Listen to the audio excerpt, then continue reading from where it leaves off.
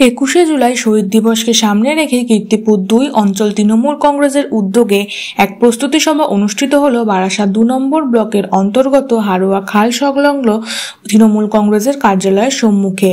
উক্ত প্রস্তুতি সভায় উপস্থিত ছিলেন হারোয়া বিধানসভার বিধায়ক রবিউল ইসলাম, বারাসাত ২ নম্বর পঞ্চায়েত সমিতির সভাপতি মনোয়ারা বিবি, সহসভাপতি মেহেদি হাসান, প্রাক্তন সভাপতি মোহাম্মদ ইফতিকার উদ্দিন, কীর্তিপুর ২ অঞ্চল তৃণমূল কংগ্রেস সভাপতি তথা পঞ্চায়েত সমিতির বন ও ভূমি কর্মাধ্যক্ষ শাহাবুদ্দিন আলী, পূর্তের কর্মাধ্যক্ষ আসেদ আলী মল্লিক, মান্নান আলী, মানস ঘোষ, রঞ্জিত মণ্ডল, উত্তর ২৪ পরগনা জেলা পরিষদের সদস্যা মমতা সরকার, AKM ফারহাদ, জেলা পরিষদের প্রাক্তন বিরোধী দলনেতা আব্দুর রউফ, দাঁতপুর গ্রাম পঞ্চায়েতের প্রধান মনিরুল ইসলাম মনি, উপপ্রধান আব্দুল হাই, শাসন গ্রাম পঞ্চায়েতের উপপ্রধান জিয়াউল ইসলাম, তৃণমূল নেতা হাজিদিন মোহাম্মদ, সেকেন্দার আলী, কীর্তিপুর ২ নম্বর গ্রাম পঞ্চায়েতের প্রধান শহীদুল আলী, উপপ্রধান রমা মণ্ডল, পশ্চিমবঙ্গ তৃণমূল প্রাথমিক শিক্ষক সমিতির রাজ্য সাধারণ সম্পাদক ভাস্কর কুণ্ডু, ছাত্রনেতা মনিরুজ্জামান মিঠু, বাবাই মোদি সহ বিশিষ্টজনেরা ও অসংখ্য তৃণমূল কর্মীবৃন্দ।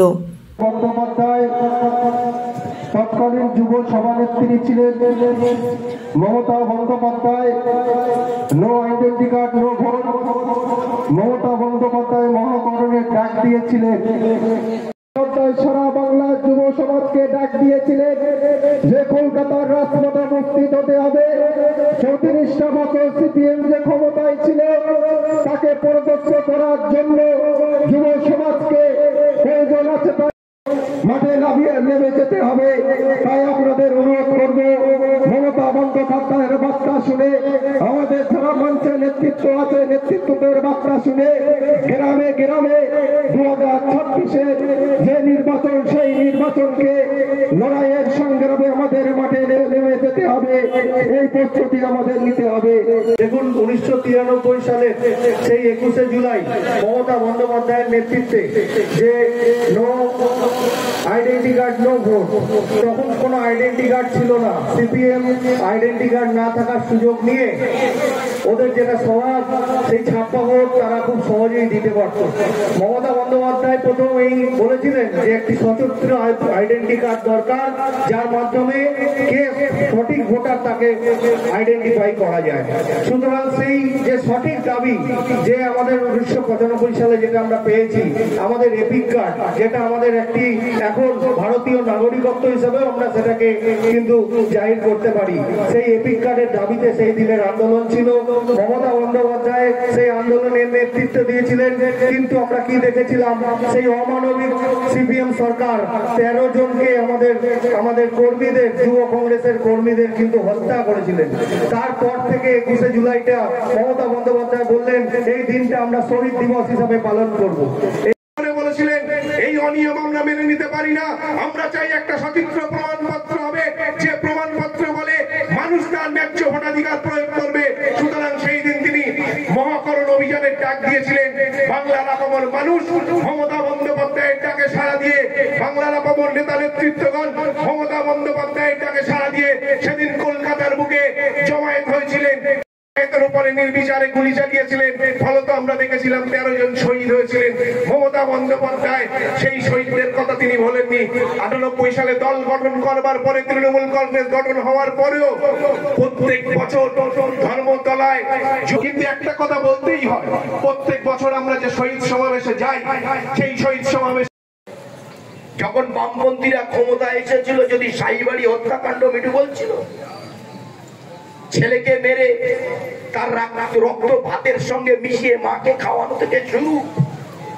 আর 2011 সালের 7ই জানুয়ারি পশ্চিম মেদিনীপুরের লালগড়ের রথীন দণ্ডপাতের বাড়িতে 4 জন মহিলা সহ 9 জনের হত্যাকাণ্ড দিয়ে ওদের শেষ।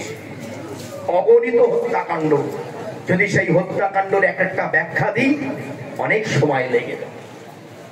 আজকে বর্তমান রাজনৈতিক সন্ধিক্ষণ, কখনো নিজেকে সনাতনের সেবক বলছেন, কখনো বা মানবতা, কখনো বা উদারতা, কখনো বা সহিষ্ণুতার কথা বলছেন। তার অনুগামীরা ফেসবুক করছেন, তারা মোবাইলে লিখছেন মেলা কথা।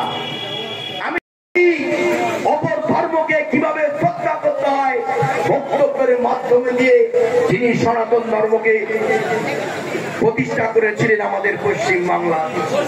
আজকে উদারতার কথা বলছি, আজকে সহিষ্ণুতার কথা। আমাদের মধ্যে এসে উপস্থিত হয়েছেন বারাসাত পঞ্চায়েত সমিতির পূর্তের কর্মদক্ষ মোহাম্মদ নাসির আলী। আপনাদের সামনে বক্তব্য রাখবেন বারাসাত পঞ্চায়েত সমিতির কর্মদক্ষ শাসন অঞ্চল তৃণমূল কংগ্রেসের অন্যতম নেতৃত্ব রঞ্জিত মণ্ডল।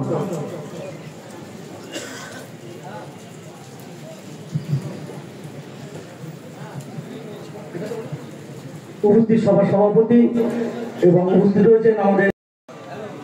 তাই 21শে জুলাই যে 13 জন শহীদ হয়েছিল, আমার মনে হয় এই পশ্চিম বাংলায় একসাথে এই 13 জন শহীদ হওয়ার ঘটনা আগে কোনোদিন এই বাংলার মানুষ দেখেনি। এই 13 জন শহীদের মাধ্যম দিয়ে আইডি কার্ড দেখিয়ে বিদেশে পর্যন্ত যায়, অন্য রাজ্যে তারা পাড়ি দিয়ে যায়। তা যদি কেউ ক্রেডিট দিতে হয়, ভারতবর্ষের কোন নেতা নেত্রী মাথায় কিন্তু এটা আসেনি। আগে কিভাবে ভোট হতো আমরা জানি না, একটা খাতায় লিস্ট চলে আসতো, একটা গ্রাম হয়েছে 700-500 ভোট রয়েছে, এই গ্রামের লোক ওখানে ভোট দিত, ও গ্রামের লোক ওখানে ভোট দিত, শহর থেকে লোক এসে গ্রামে ভোট দিত, গ্রামের লোককে শহরে ভোট দিত। কীর্তিপুর 2 নম্বর অঞ্চলের কর্মী সমর্থকরা এখানে একত্রিত হয়ে, এখানে ঝন্টু ভাই একটু আগে বক্তব্য রাখছিল, মিঠু আছে, যেভাবে আপনারা এখানে আজকে অ্যাসেম্বলি হয়েছেন 1993 সালে ঠিক এরকম একটা দিনে দেগঙ্গা থেকে দার্জিলিং, কুচবিহার থেকে কাকদ্বীপ, পশ্চিম বাংলার প্রত্যেকটা কর্নার থেকে মানুষ সেদিন একটাই তাদের বার্তা নিয়ে এসেছিল। সেকেন্দার ভাই আছে আমাদের কীর্তিপুর 1-এর নেতৃত্ব, একটা বার্তা নিয়ে কলকাতায় হাজির হয়েছিল। আমরা জানি কীর্তিপুর 2-এ এই অঞ্চলে ভারতের মার্ক্সবাদী কমিউনিস্ট পার্টি দীর্ঘদিন ধরে এখানকার মানুষের গণতান্ত্রিক অধিকারটাকে গলা টিপে টুটি চেপে ধরে তারা এখানে রাজত্ব করেছিল। সারা ভারতবর্ষের বুকে ঘটেছে এবং সচিত্র পরিচয়পত্র প্রতিটা মানুষ পেয়েছে, তার অধিকার পেয়েছে, যেটা আমরা জানি পাসপোর্ট করতে গেলে সবার আগে দরকার হয়, আমরা সেটা পেয়েছি। এবং সেদিন যারা প্রাণ দিয়েছিল সেই সকল শহীদের প্রতি আমরা শ্রদ্ধা সেদিন থেকে শুরু করেছি এবং আজীবন বলতে পারি মমতা ব্যানার্জি। তার আগে বলতে পারি সে 93 সালের শপথ গ্রহণ, 98 সালে প্রতিষ্ঠিত দল 2011 সালে আপনাদের সকলের আশীর্বাদকে পাথেয় করে, আপনাদের বিশ্বাস ভরসাকে পাথেয় করে ক্ষমতায় এসেছিল। তারপর দিয়ে বলতে পারি আমাদের বন্ধুরা বুকে হাত দিয়ে বলুন তো, মমতা ব্যানার্জি বাংলার মানুষের জন্য যা যা কথা দিয়েছিল। নেতা মরহুম আলহাজ হাজী নুরুল ইসলাম সাহেব, যার স্মরণ আমরা যতদিন এখানে বেঁচে থাকবো তাকে কিন্তু আমরা কোনোদিন ভুলবো না, উপস্থাপন করেছেন। আমি একটু অন্য প্রসঙ্গে 2-1টি কথা আপনাদের কাছে তুলে ধরবার চেষ্টা করব। সেই আমাদের জনপ্রিয় জননেতা মরহুম আলহাজ मोहतरम हाजी ममता बंदोपाध्याय, ममता है तो मुमकिन है, ममता है तो मुमकिन है। তাই আসুন আমরা তৃণমূল কংগ্রেসের কর্মী, কে নিচে বসবে, কে উপরে বসবে, কে ছোট কে বড়, এগুলো ভুলে যান। সামনে নির্বাচন আমাদের 2026-এ। 11 সালের পর 1.5 যুগ অতিক্রান্ত প্রায়। এই সংক্ষিপ্ত সময়ে আমরা যেটা কনফিউশনে যাই, বাংলার চেহারা পাল্টেছে। সংসদীয় গণতন্ত্রের একটা সরকারকে 5 বছরের জন্য নির্বাচন করা হয়। সেই সরকারের দায়িত্ব হলো একেবারে তৃণমূল স্তর, নিচের স্তরে মানুষদের বিভিন্ন সুবিধা পাইয়ে দিয়ে আর্থসামাজিক অবস্থার পরিবর্তন। যেহেতু আমাদের একটা নিয়মিত প্রোগ্রাম, গ্রামগঞ্জ থেকে শুরু করে শহরতলিতে 10 দিন 12 দিন আগে থেকে আমাদের কর্মী সমর্থক নেতা এই সভাটাকে সফল করার জন্য নিজেদের নিয়োজিত রাখেন। তখন কংগ্রেসের যুব নেত্রী ছিলেন আমাদের মহিলা নেত্রী মমতা বন্দ্যোপাধ্যায়। মমতা বন্দ্যোপাধ্যায়ের একটাই কথা ছিল যে নো আইডেন্টি নো ভোট, যে মানুষ বাঁচবে, মানুষ ভোট দেবে, তার একটা সঠিক পরিচয়পত্র দরকার। ওই জন্য আজকের সেই দিন মহাকারণের ডাক দিয়েছিলেন। ডাক দেওয়ার পরে দেখলেন যে কলকাতার বুকে সেখানে মানুষের ঢল, শুধু কালো মাথা দেখা যাচ্ছে। আছেন দাদা মেহেদি হাসান, মঞ্চে উপবিষ্ট আছেন। একটা অনুষ্ঠান এবং 21শে জুলাইকে কেন্দ্র করে যেটা বলেছেন, এবং আজকে আমার সত্যি খুব ভালো লাগছে যে শাহাবুদ্দিন ভাই অঞ্চল সভাপতি, আগামী দিনে শাহাবুদ্দিন ভাই সবাইকে সঙ্গে নিয়ে এইভাবেই চলবেন, আমরা তার পাশে থাকবো। সাথে সাথে বলি, মঞ্চে উপবিষ্ট আছেন আমাদের সেকেন্দার ভাই থেকে শুরু করে এখানে ইফতিকারদা আছেন, উপপ্রধান, প্রধান থেকে শুরু করে সকল সম্মানীয় প্রধান, উপপ্রধান থেকে শুরু করে পঞ্চায়েত সমিতির সদস্য থেকে শুরু করে জেলা পরিষদের সদস্য থেকে শুরু করে আপনারা সকলে যারা সম্মানীয় ব্যক্তির নেতৃত্ব মঞ্চে উপবিষ্ট আছেন, সকলকে আমার প্রণাম, শ্রদ্ধা, সালাম এবং ভালোবাসা জানাই। অনেকক্ষণ ধরে আপনারা অপেক্ষা করে আছেন, শুধুমাত্র একটাই, আমাদের দিকে তাকিয়ে নয়। আমরা জানি আপনারা মমতা বন্দ্যোপাধ্যায়কে দেখে দল করেন, মমতা বন্দ্যোপাধ্যায়কে চেনেন, মমতা বন্দ্যোপাধ্যায়কে মানেন, তাই জন্য এতক্ষণ ধরে অপেক্ষা করে আছেন। আপনাদেরকে আমি আন্তরিকভাবে ধন্যবাদ জানাই। গার্জিয়ান ছিলেন, তারা প্রয়াত হয়েছেন, হাজী নুরুল ইসলাম, হাজী মতিয়ার সাপুই এবং শ্রী শম্ভুনাথ ঘোষ মহাশয়। আমি তাদের আত্মার শান্তি কামনা করে বলি, আগামী দিনে তাদের দেখানো পথে যেন আমরা সকলকে নিয়ে চলতে পারি, এই আশা করব এই মঞ্চ থেকে। দেখুন, অনেকেই বক্তব্য রেখেছেন, আপনারা শুনছিলেন যে ভারতীয় জনতা পার্টি কিভাবে বাংলাকে দখল করার জন্য কিভাবে চক্রান্ত করছে। আপনারা জানেন সাম্প্রতিককালে যে আধার কার্ড নিয়ে একটা মানুষকে বিভ্রান্ত করার চেষ্টা করা হচ্ছে। কিছুদিন আগে বলা হয়েছিল যে আধার কার্ডই হলো ভারতবর্ষের সর্বোচ্চ পরিচয়পত্র, এবং এই আধার কার্ড দিয়ে সমস্ত কিছুর মধ্যে লিঙ্ক করা। নেত্রীর যে ডাকে সেনাপতি অভিষেক বন্দ্যোপাধ্যায়ের দিকে তাকিয়ে মানুষের বাদলা, বৃষ্টি, শীত, গরম, রৌদ্র, যখনই যেখানেই তৃণমূলের কোনো কর্মসূচি ডাকবে, মানুষ সেখানে পায়ে পায়ে জমায়েত ভিড় লেগে যাবে। তাই আজকে বাদলা বৃষ্টি উপেক্ষা করেও 34 বছর বাম শাসনার যে সন্ত্রাস, জগদ্দল পাথর, যে খুনি রাজনীতি দল এবং বিজেপির যে সাম্প্রদায়িক দল যেভাবে আক্রমণ করছে বাংলাকে, তাই মানুষ রুখে দাঁড়াবার জন্য মমতা ব্যানার্জির ডাকে 21শে জুলাইয়ের যে প্রস্তুতি সভা, শুধু 21 জুলাই প্রস্তুতি সভা না, যে কোনো তৃণমূলের প্রোগ্রামে মানুষের ভিড় লাগিয়ে দেয়। দেখো, আমাদের যে অভিভাবক শ্রী শম্ভুনাথ ঘোষ, তিনি আমাদের থেকে ছেড়ে চলে গেছেন। তিনি আমাদের পঞ্চায়েত সমিতির সভাপতি, এমএলএ এবং আরেকজন আমাদের নয়নের মণি, যে আমাদের সবাইকে ডাকে হাঁকে দিনে দুপুরে চলে আসত। হাজী নুরুল ইসলাম দুবার এমপি, দুবার এমএলএ এবং হজ কমিটির চেয়ারম্যান ছিলেন।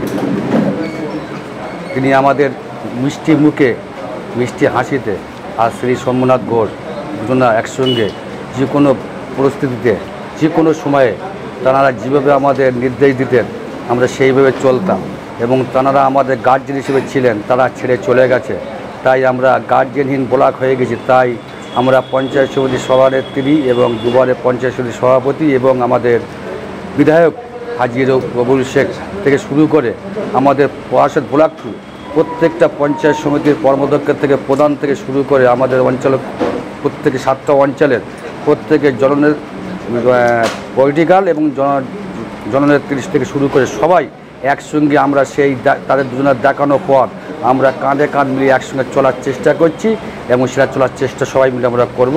আমাদের মধ্যে যদি কোনো রকম মতামত হয়ে থাকে সেটা আমরা ঘরের মধ্যে বসে সেটা মিটিয়ে নেওয়ার চেষ্টা করব, কিন্তু সেটা বাইরে প্রকাশ করবো না। হতেই পারে বা সংসার এক জায়গায় হলে ঠকাঠকি হতেই পারে, ঠকাঠকি হতেই পারে। তাই সেটাকে আমরা গার্জেন হিসেবে আমরা দুজনকে এখন সামনে রেখে তাদের পিছন দিয়ে আমরা চলার চেষ্টা করছি এবং সামনে দিয়েও চলবো। এবং বারাসাত ব্লক 2 তাদের দেখানো পথ যে তাদের ধরে রাখতে পারলে তারা নিশ্চয়ই তারা আত্মা শান্তি পাবে। তাই আমরা সেইভাবে সেই চেষ্টা করব এবং সেই অঙ্গীকারবদ্ধ হয়ে থাকবো সবাই মিলে একসঙ্গে।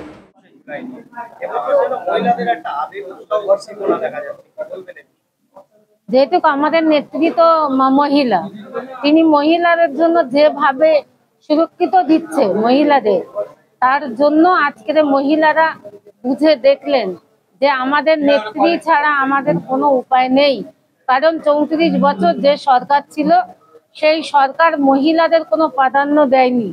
তার জন্য 2012 সালে মহিলাদের 50% অধিকার করে দিয়েছে বাংলার নেত্রী মমতা বন্দ্যোপাধ্যায়। ওই জন্য আজকে দেখুন লক্ষ্মীর ভান্ডার থেকে শুরু করে যত রকম আমাদের স্বাস্থ্যসাথীর ব্যবস্থা এবং মেয়েদের রূপশ্রী কন্যাশ্রী থেকে মানে সমস্ত প্রকল্পগুলো যে মহিলাদের মায়েদের আগে দিচ্ছে, সেই কারণে মহিলারা কিন্তু এখন উঠছে পড়া ভিড়, তাদের বলতে লাগে না। যেখানে তৃণমূল কংগ্রেসের মিটিংটা হয় সেখানে মহিলারা গিয়ে হাজির হয়ে যায়। দেখুন না, বিরোধীরা বলছে যে ওদের আর মনে হয় তৃণমূল কংগ্রেসের আর কিছু থাকবে না। তৃণমূল কংগ্রেস যেখানে দাঁড়ায় সেখানেই তৃণমূল কংগ্রেসের সৈনিকরা হাজারে হাজারে দাঁড়িয়ে যায়, আর বিজেপি আইএসএফ সিপিএমরা সেই থালা নিয়ে দাঁড়িয়ে সেই ইলেকশনের সময় এসে বলে আমার একটা ভোট দাও, আমার একটা ভোট দাও। এইটাই তো বিরোধীরা বলে।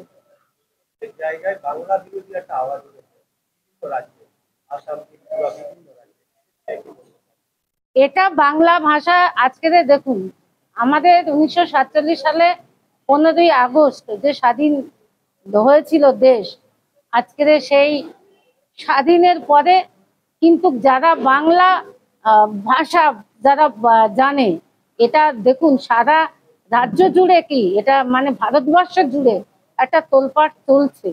এটা ওরা যতই বিরোধীরা বলবে ততই আমাদের তৃণমূল কংগ্রেসের ভালো শক্তিশালী হবে। আমরা সবার আগে কিন্তু মানুষ, আমরা কোনো ধর্ম দেখি না, কোনো জাত দেখি না, কোনো ভেদাভেদ দেখি না। আমরা মানুষ, আমরা এক জায়গায় থাকি। যে বাংলা ভাষা জানে সে বাংলা ভাষা বলবে, যে হিন্দি জানে সে হিন্দি বলবে, সেটা তার নিজস্ব ব্যক্তিগত ব্যাপার। এতে বিজেপিরা তো ঠিক করে দেয় কেটা খাবে, কেটা কি খাবে, কোথায় যাবে, এটা তো ওরাই ঠিক করে দেয়। ওদের কথা শেষ করা না, তৃণমূল কংগ্রেস যে কথাটা বলে নেত্রীর কথাটাই শেষ কথা হয়, আর মানুষ শেষ কথা বলে। মানুষ সরকার গড়ার কারিগর। এই কর্মীরা ওরা 26-এ যে ইলেকশন, ওদেরকে উচিত শিক্ষা দেবে, ইঞ্চিতে ইঞ্চিতে বুঝে নেবে নিয়ে ওদের একদম যাও আগে 21-এ বিধানসভায় যা পেয়েছিল তার থেকেও আমাদের নেত্রী এবার আরো বেশি ভাবক ভোটে কিন্তু জিতে দেখিয়ে দেবে বিরোধীদের যে তৃণমূল কংগ্রেস পারে। কিন্তু আমরা এটা আপনারা সকলেই জানেন যে 21শে জুলাইয়ের রেকর্ড তৃণমূল কংগ্রেসে গড়ে, আবার রেকর্ড তৃণমূল কংগ্রেসে বাড়ে। এবারে আরো বেশি সংখ্যক লোক গিয়ে আরো 21শে জুলাইকে আরো বেশি সমৃদ্ধ করবে, এটা আমরা বিশ্বাস করছি।